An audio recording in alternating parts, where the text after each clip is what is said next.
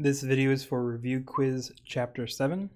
On this first one, we have a uniform probability distribution, and we're just going to be answering some questions about it. So the first part says, identify the graph of the uniform density function.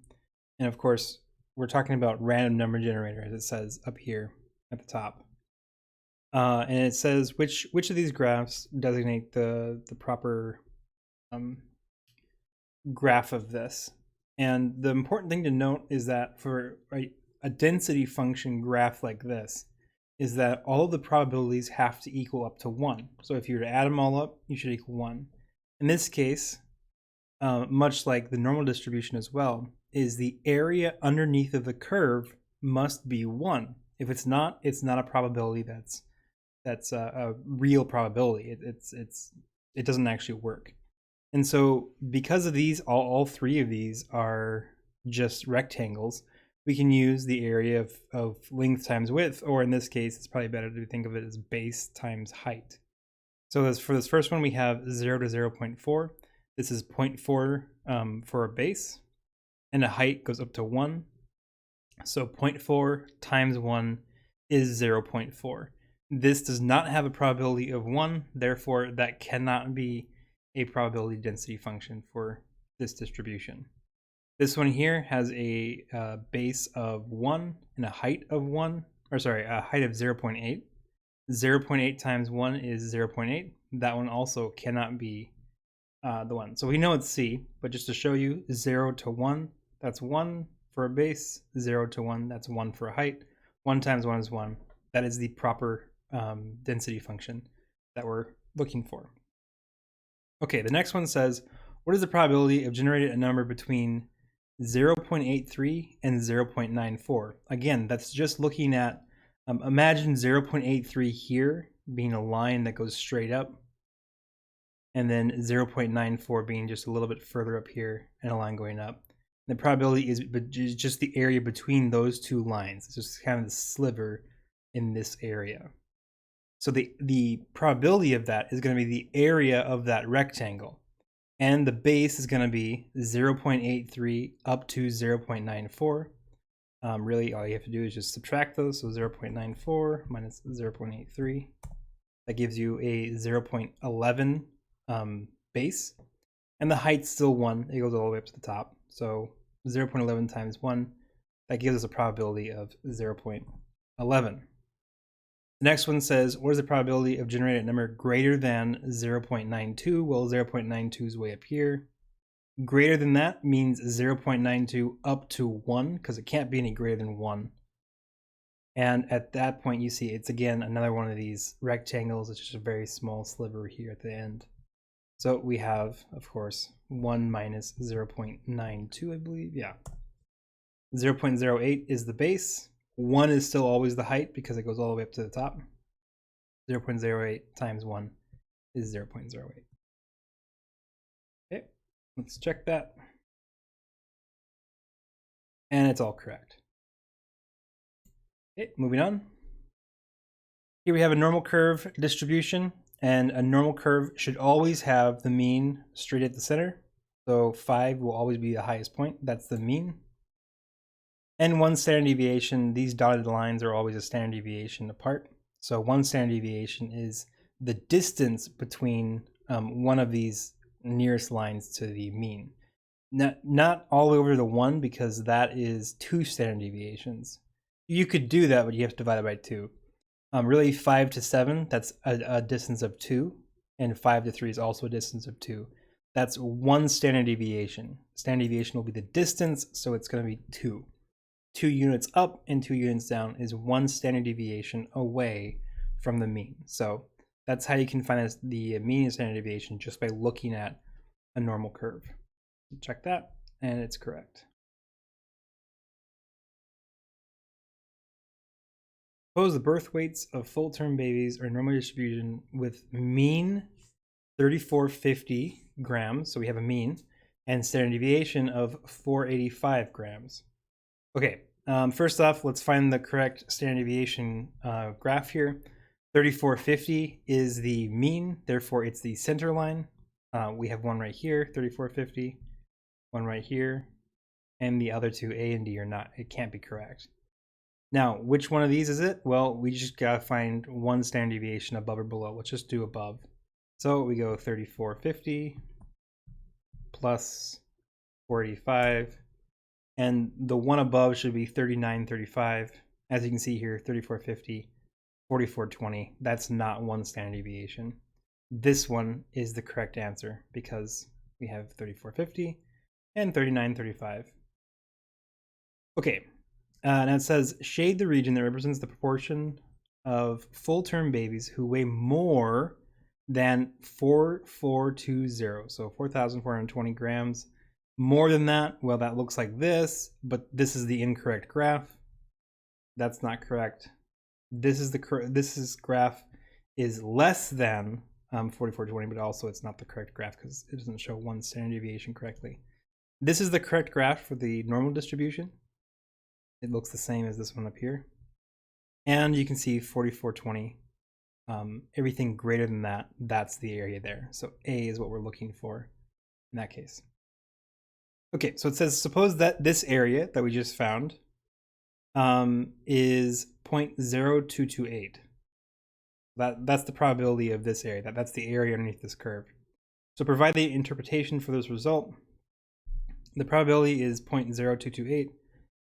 That the birth weight of randomly chosen full-term baby in this position is, well, more than the grams, right? It's not less than, it's more than. That's what it says up here, more than 4420. So 4420 should be the answer there. Let's check it. All right, that's correct. It's moving right along. All right, determine the total area under the standard normal curve for parts A through C. For each, be sure to draw the normal curve and shade the areas found. Okay, so first off, we have determined the total area under the standard normal curve. So standard normal curve means that we're looking at just a mean of 0 and a standard deviation of 1. That's the standard normal. Mean of 0, standard deviation of 1. And the z-scores, the z equals -2 and z equal 2, that is only applied to the standard normal curve. That's why you see you have a table here of a standard normal distribution. This mean would be at 0, and then standard deviation of 1 and -1 is what you'll see. So this is always going to be the distribution for the standard normal curve.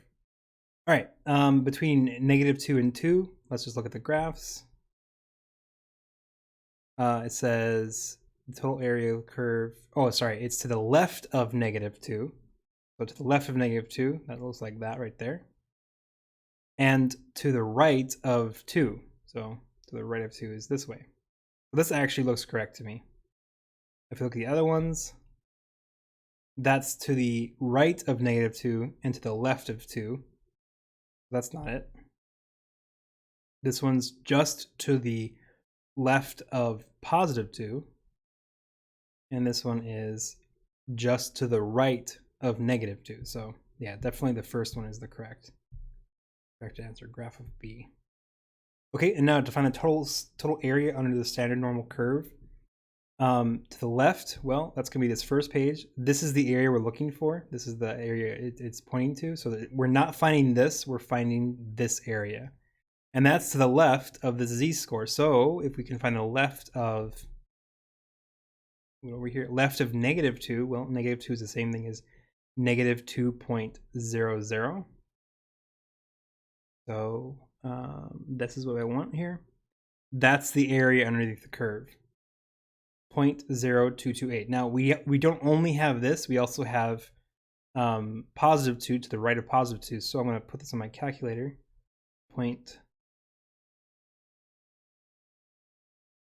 was it? 0.0228. Yeah. Okay. And now for the positive, well, that's what the other page is for. Sometimes they have it appended on the very bottom of it. This one has it on both pages. Again, this is for the z, for the probability of everything less than the z-score here. It's not this area, it's this area. So to get this area, all we have to do is do the total probability, which is always equal to 1, minus the area. That's going to give us this area here. So we find just 2 on here, 2.00. That's going to be 0.9772. I'll just plus 0 just to make a note of that. 0.9772, I think. Great. Yeah. And then subtract this. I did this the wrong way. Let's do 1 minus 0.9772. And you'll look and see that this is the same thing as we found before, 0.0228. That's because the standard normal curve is symmetric. So to the left of -2 is the exact same thing as to the right of 2. It's symmetric. It's always going to be the same on both sides. So that total area is just going to be 0.0228 plus itself, or in other words, times by 2, 0.0456. That is this first one. It's just a total area underneath. In other words, the probability, 0.0456, I think it's a, yeah. That's the probability right there of this this shaded region here. Now, this is much easier to do in StatCrunch. You can, of course, use this table for it. But in StatCrunch, what we can do is we can just open Stat, Calculators, and the normal. And what this does is it shows you the standard normal curve. And it gives you two things you can choose. You can choose between the standard, which you can actually select between less than or equal to being the left-hand side, or greater than or equal to being the right-hand side. And you can also select the between, so it goes right between the two numbers that you can specify. This will not allow you to choose the left and the right-hand sides individually, or I should say together, but it won't calculate that for you. But you can do 1 minus this, and that would be the same thing as this area plus this area here. Of course, that's not, we're doing from 2 to 2, so I actually can do that in this case, from 2 to 2. This is a standard normal curve, so mean is 0, standard deviation 1. You can change these, which we will see later on. For this one, we want 0 and 1. And you can see that this is the area on the inside. We don't want this area, we want the area on the outside. And that's the same thing as 1 minus this area. So 1 minus 0.9544994. And you get 0.0455. Now, of course, over here we got 0.0456. But of course, the calculator, this is more accurate. This is the one that you really want to go by because it's much more accurate to the number. The table is just an estimation. But I'll leave that here for this one. Now for the next one, it's very similar. We have a total area underneath the standard normal curve of negative, to the left of -2.43, or to the right of 1.43. So these are not the same. Okay, let's take a look. It says to the left of -2.43. That looks to be about 2.43. And then this is to the right of 1.43. So A looks about correct. That's definitely not correct. That's just to the left of, like, probably that's 1.43. This is between the two, and we know that's not correct because it's to the left of the negative and to the right of the positive, so it should be this and this, so that one's not correct.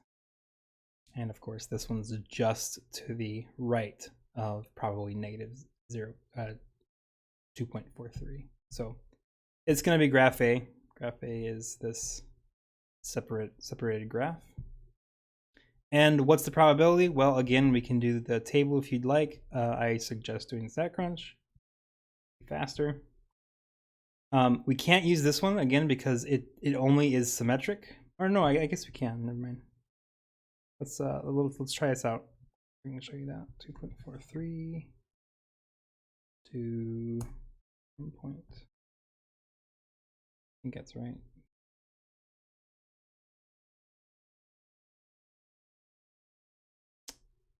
Yeah.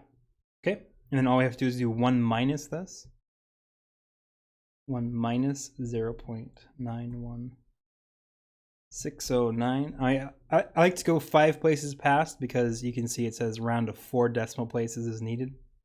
So 5 places past will allow me to round to 4 places. So 0.0839. 0.0839. Double check. 839. Yeah. Oops. All right. Last one says determine the total area under the standard normal curve of negative 0.75. And to the left. So it's pretty much the same thing again. Negative 0.75 and 1.53. So again, we went to the left of this, so it's going to be this area, and to the right of 1.53 is going to be this area. So we want 1 minus this, as always. 1 minus 0.71036. Round to 4 places. That'll give us 0.2896. 0.2896.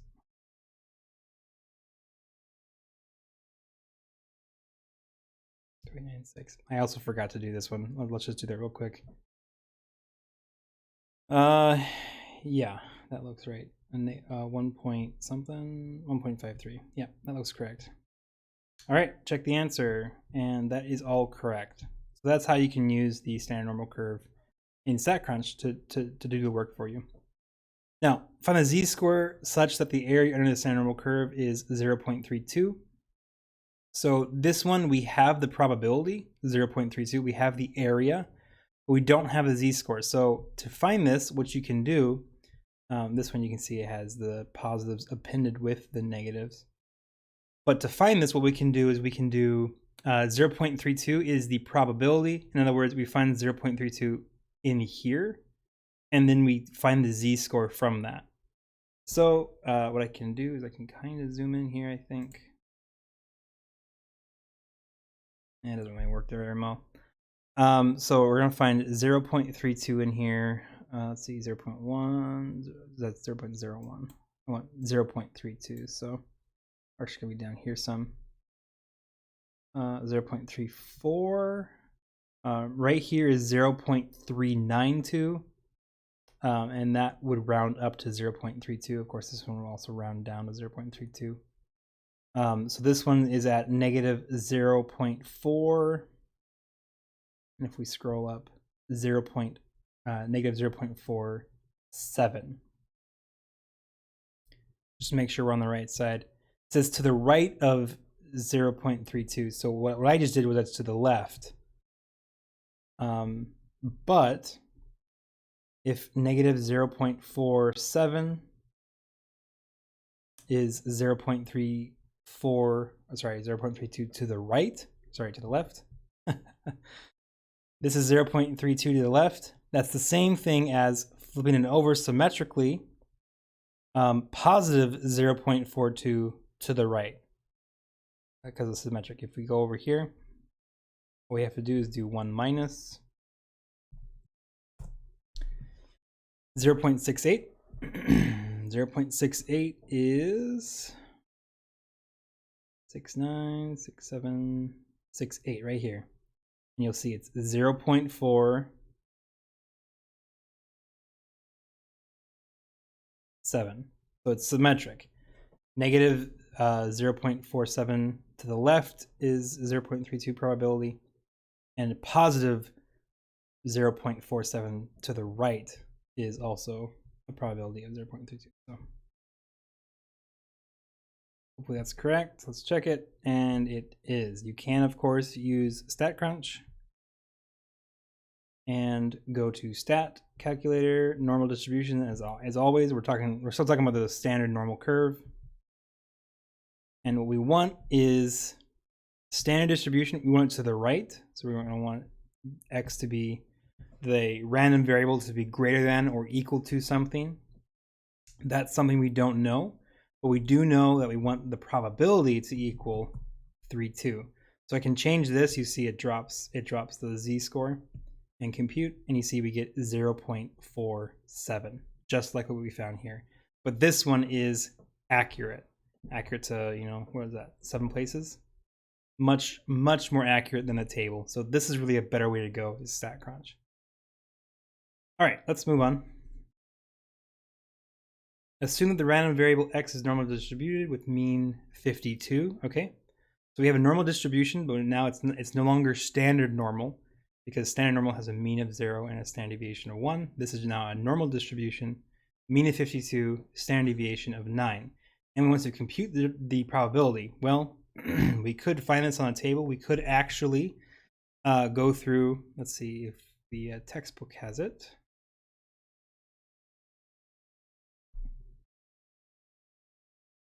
You can use the z-score change. Yep, it's right here.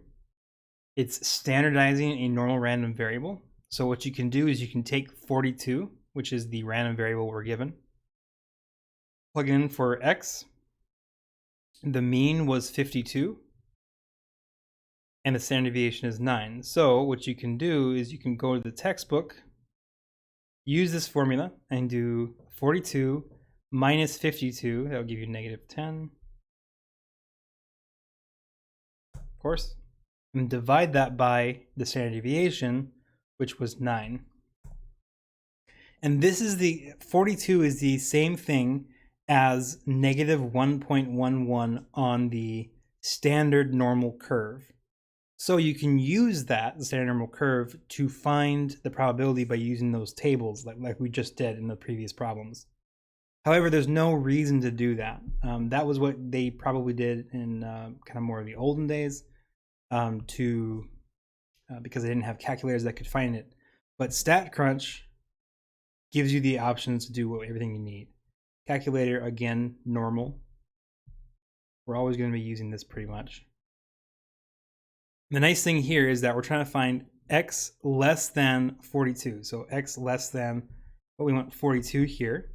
The difference, though, is that the mean is 52, and the standard deviation was, I believe, 9. Let me double check that. Yep, 9.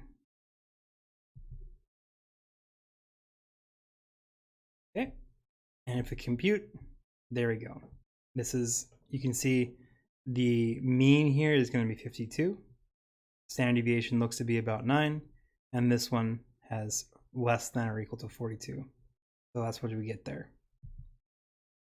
It wants, I keep forgetting to do this first part. We already know what it looks like. It's x less than 42. We know the mean is 52, so that's the mean. And 42 is down here, and of course it's less than that, so this is the area we're looking for. And what was the probability? 0.1333. Okay, let's check that, and it's all correct. So you can change this to the standard normal if you want.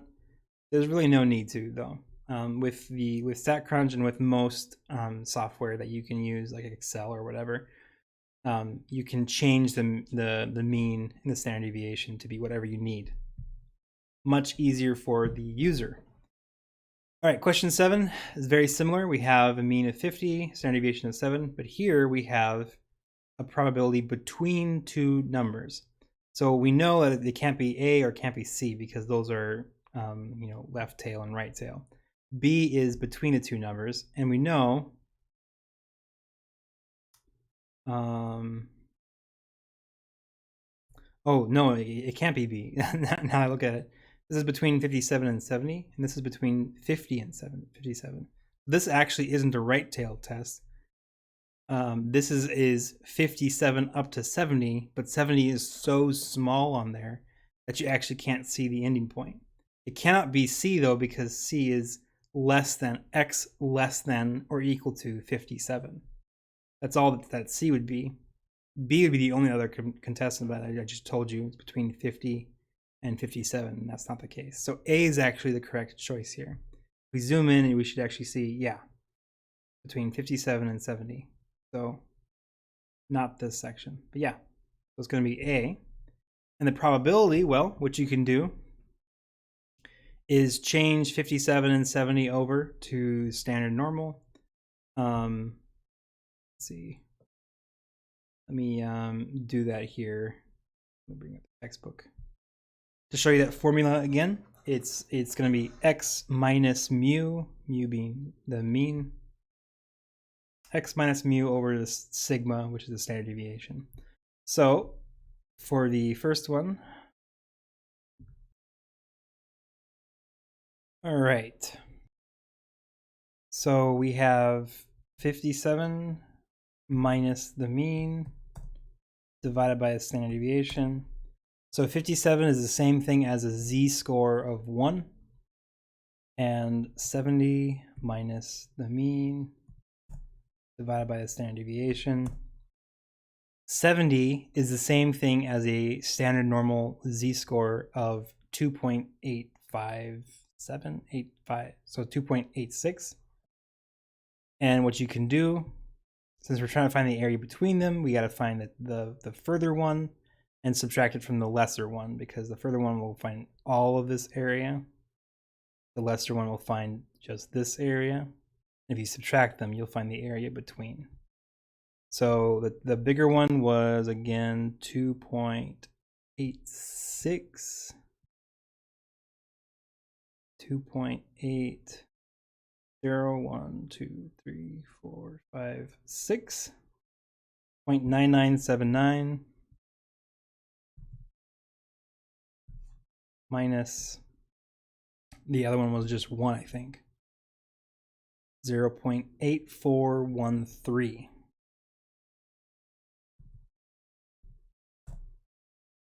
So we have a probability of 0.1566 for places. So okay, let's check StatCrunch real quick because it's much faster to do. Calculators, normal. We have a mean of 50, standard deviation of 7, I believe. Oh, I actually need to do between. I didn't do that. And we want between 57 and 70. And here we get 0.1565, but it should be fine with the 1566. Yeah. So a lot more work. StatCrunch, you saw I did it in like, I don't know, 20 seconds. And the other way it took like a couple minutes to do it because you have to go through the table and everything. It's changes z-scores, but just use StatCrunch. Okay, the 13th percentile is the same thing as 13, a proportion of 13 below the z-score, or in other words, the area below the z-score is 13, or I'm sorry, is 0.13. So if we go into StatCrunch and find, again, our friend, the standard normal curve, but now we can change the mean and standard deviation, so it's not actually standard normal. 42 and 7. And we want everything, the 13th percentile is everything less than some z-score. We don't know what the z-score is, but we do know that the area should be 0.13 because the percentile is the same thing as the probability, or if that makes sense. The proportion is kind of better to think about it, but they're the same thing in this case. So everything less than 34 is kind of less than 13. 0.13 probability wise. So that's the z-score we want, is 34.11. In this case, 34.12. Check it. That's correct. So if you're looking for the percentile, just change the 13th to be 0.13. Of course, the 100th percentile would be the entirety. Everything actually that would be like always like infinity, I think, would be the 100th percentile, but you'd never see that. You'd see something number like this. Okay, moving on, we have a study here. The mean amount of cars The mean amount of time this car spent through the drive-thrus in fast food restaurants was 137.8. I'm not even going to do the standard normal. I'm just going to use StatCrunch. It's much faster. Let me try and make it look a little bit nicer here. Okay, we know the mean is 137.8. Assuming drive-through times are normally distributed, which is what we're doing, with a standard deviation of 27 seconds. Complete parts A through D below. All right, let me simplify this just a little bit more here.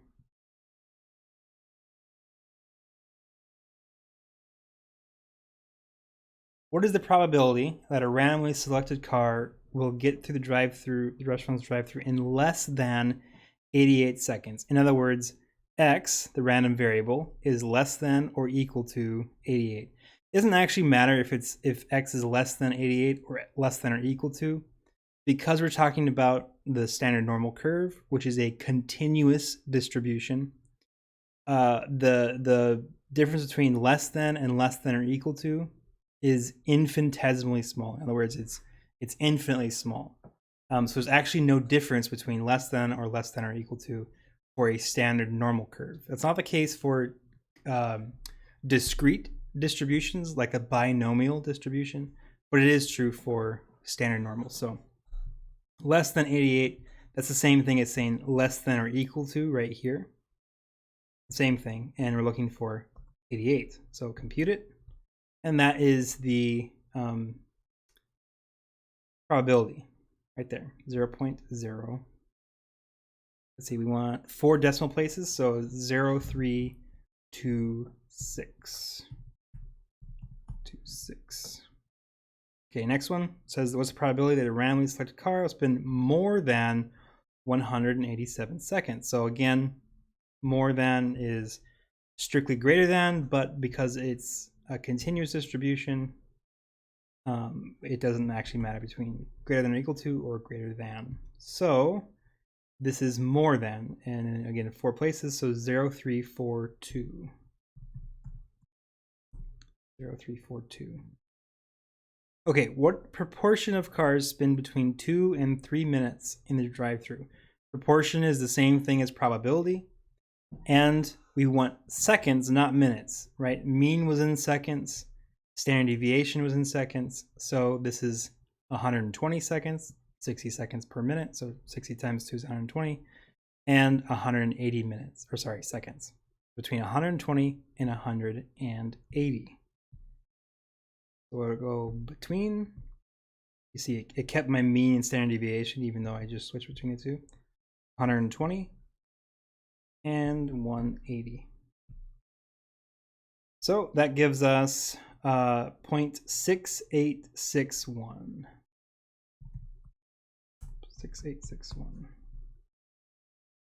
Okay, would it be unusual for a car to spend more than 3 minutes in the restaurant's drive-thru? Okay, more than 3 minutes is more than 180. So x is going to be greater than 180. The probability here is 0.0590.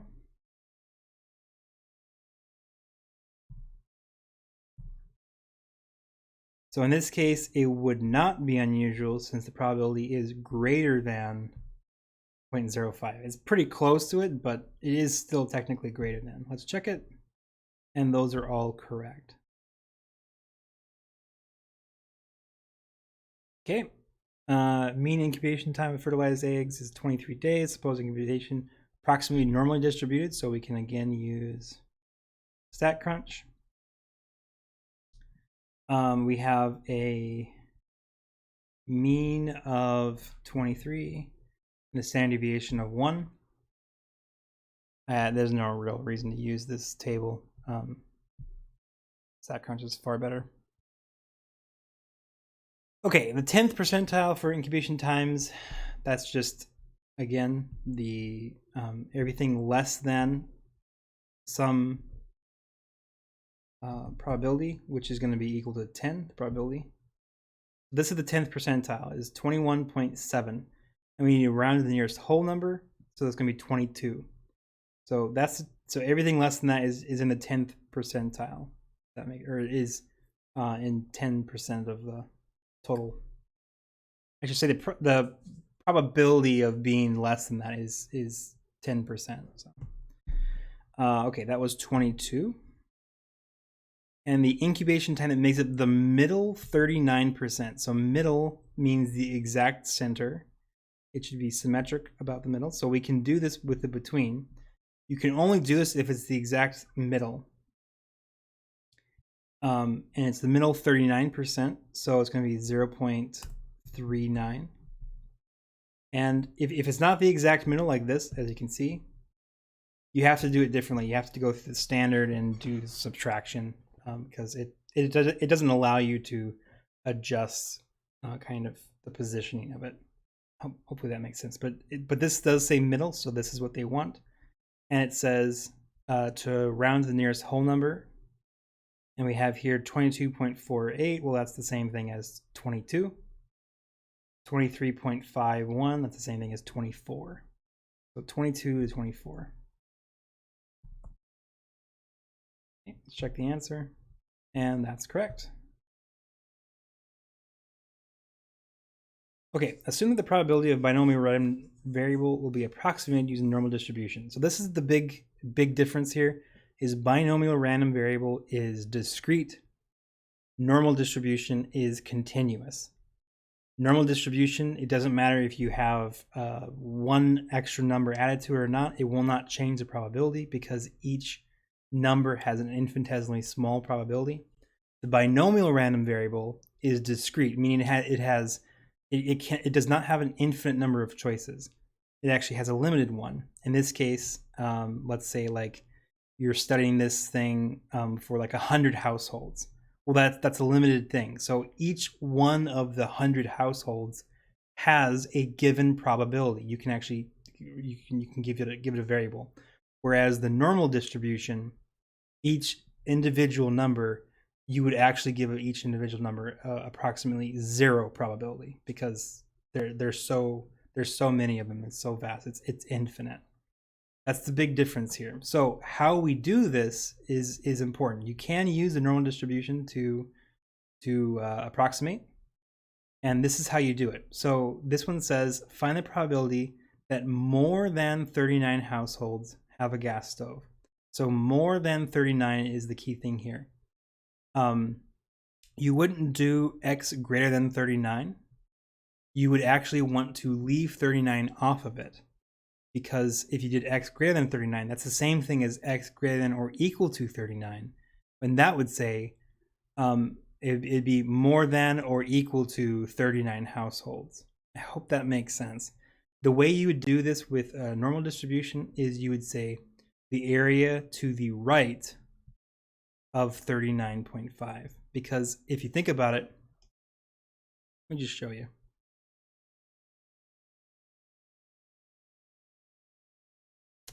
I don't know what the mean or anything is. I'm just going to kind of make it up. Let's just say the mean's 50. And the standard deviation is like 10. So if you want the things greater than 39, we do greater than 39.5 and compute. You see that we're considering everything more than 39, but not equal to 39.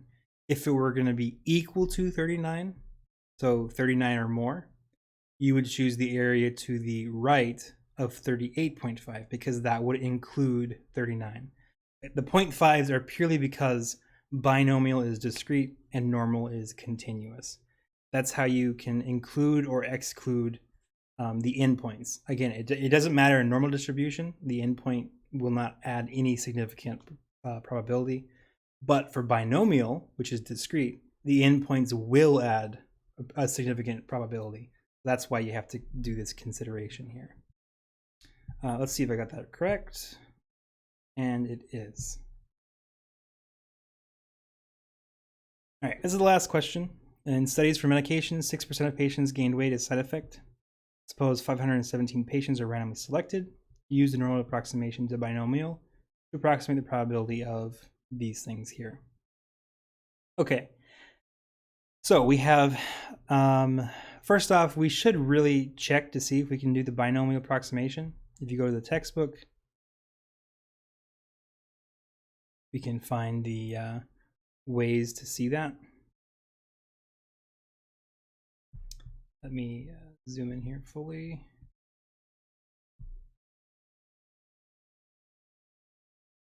Right here is kind of where you want to look at. So as long as you have this case here, NP times 1 minus P, N being the number of people in the trial or whatever the thing is you're looking at, P being the number of successes, and 1 minus P being the number of failures. As long as that's greater than or equal to 10, you can use this approximation. So for our problem, we have N is 517, that's the number of patients. And in this case, we're talking about the probability of gaining weight. So gaining weight is a success, and 6% of patients gained weight. So 6%, that's going to be the same thing as 0.06. That's the number of successes. And multiply that by the number of failures is going to be 1 minus 0.06, or in other words, 0.94. And here we have 29.15. This is greater than 10, which is what the cutoff point was. So we can effectively use the normal approximation. Okay, to do so, we use the mean here of equal to NP. So the mean is going to be N times P. Let's go to, actually I need to go to here. Calculate that. NP is going to be, N is 517. P again is the probability of success, which is 6%. And so that's going to be our mean, 31.02.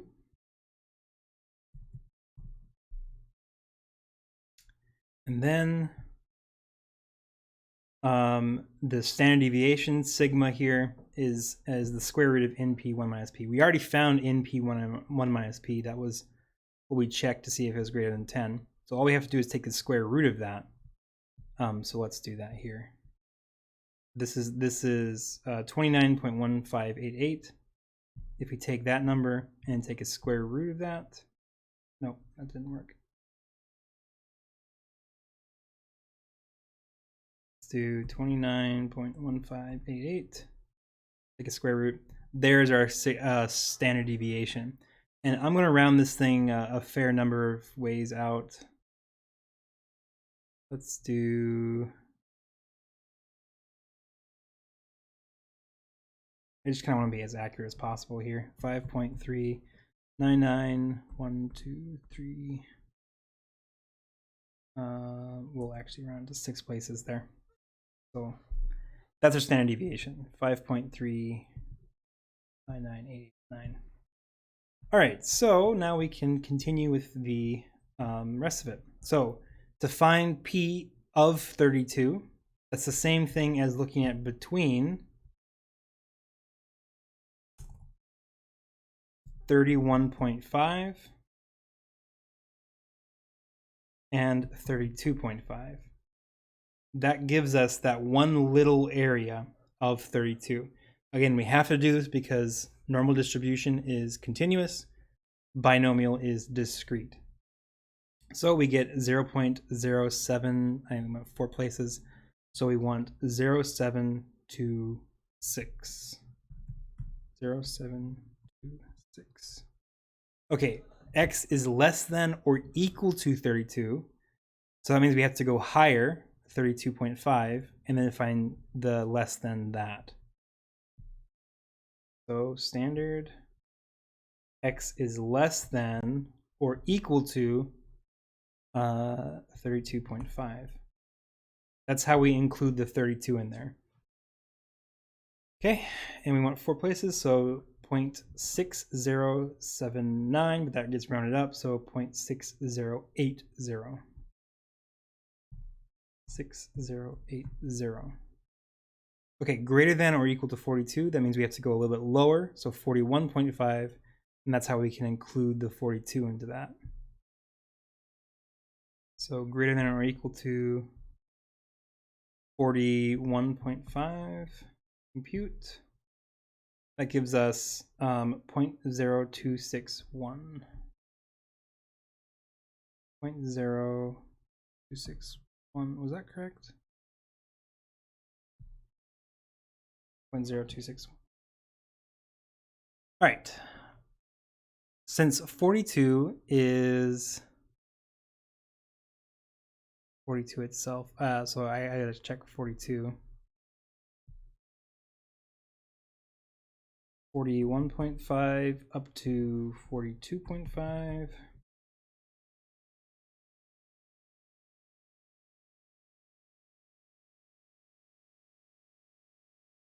Oh, no, I'm reading this wrong.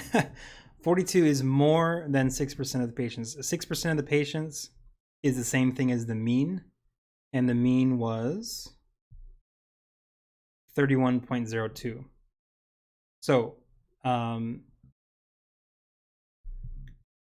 42 is more than 6% of the patients. This suggests that the proportion of patients that gain weight as a side effect is greater than 0.06. Because if you had 42 as the number, then, well, I mean, you can just check it. 42 divided by the number of patients, 517. This is 8%. So it's going to be more than that if that were actually the mean. And everything is correct there. So if you have questions on that, please let me know. Email me or come to my online office hours, and I'll help you further understand it.